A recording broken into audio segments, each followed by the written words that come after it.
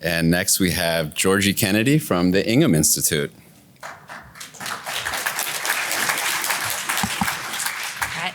Thank you. So I'm joining today from Maradulu Bujari Gamal, or Sphere, and we're a translational research network of health services and academic partners, which means basically all of our research is focused on how to drive real clinical impact. We're based in Metro Sydney, and the network includes a number of hospitals across the southeast and southwest of the city, and it ends up covering about 40% of the population of New South Wales, which is about 3.5 million people. And the project that I'm sharing today kind of started quite organically. So we're building the research-ready data platform, harmonising and enriching data across multiple systems, and some of the clinicians basically asked us, why are we doing this all only for research? I can use this in clinical quality reporting activities as well. They had been manually abstracting reports at a cadence of about every 6 months, informing their multidisciplinary team meetings. But the way that they were pulling the data manually from multiple systems, including abstraction from clinical notes, they had gotten to the point that it basically meant automation felt kind of impossible to them.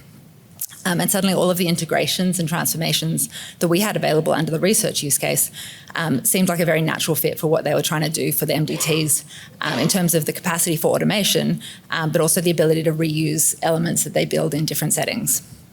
And because this was all based in OMOP, we saw the potential for maximising the impact there as well. So the question became, could we deliver a generalised technical framework that was compatible with the CDM by abstracting away some of the complexities required to support the core research use case? So we're delivering this work in 3 parallel tracks. So it's across lung, head and neck, and colorectal cancers. And we basically selected those to cover a kind of spanning set of examples, both in terms of the population, the engagement level of the clinicians involved, and the case complexity. And this is a lightning talk, so I only have time really to focus on our experience working with the lung cancer MDT team.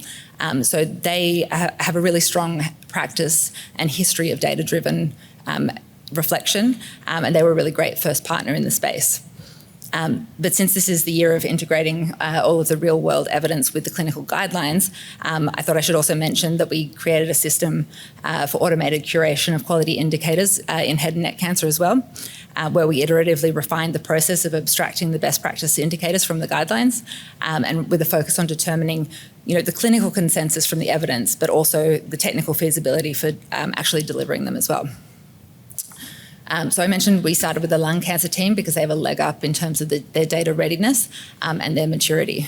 So there was already substantial existing work that they had done to determine which indicators were the best targets in this setting, and that was done under the headline of the LUCAP collaboration.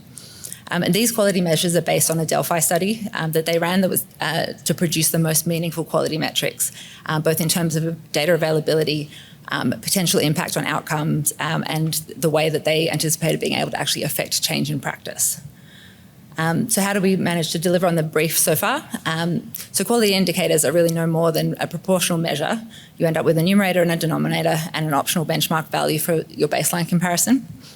If we make that concrete, we'll break it down with one of the real examples from LUCAP. So one of their indicators says that for patients with stage 1 to 3 small cell lung cancer who are fit enough to handle it, we expect about 80% of that group to receive concurrent chemo-RT. So 80% is obviously the benchmark. And for the denominator, we take the full population of the patients for whom the indicator applies. And then as a numerator, we take the subset of the patients who meet the definition of having received concurrent chemo-RT, sorry.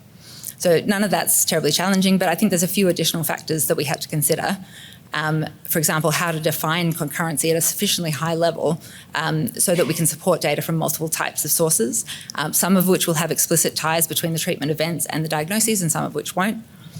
And then to actually deliver, we had to repeat this same kind of abstraction for lots of other kind of subtle but important distinctions, such as the links between the treatment events and the specific diagnoses, and the time windows between included observations. And the goal was to lock down specific patterns of reusable archetypes and producing a set of building blocks specifically tuned to support the reporting of CQIs.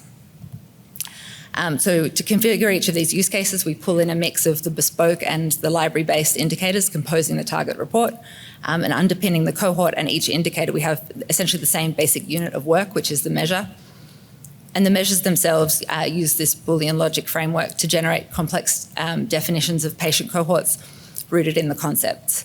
And because the parent-child relationship is arbitrarily deep, each of these lower level measures can be reused in multiple places.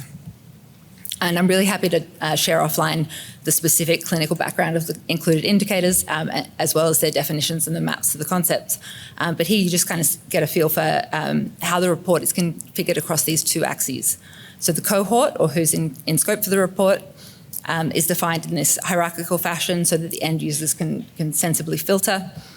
And then the indicators themselves, this is what the final lung cancer MDT configuration looked like, with 22 indicators that were all mapped to a series of the corresponding numerators and denominators.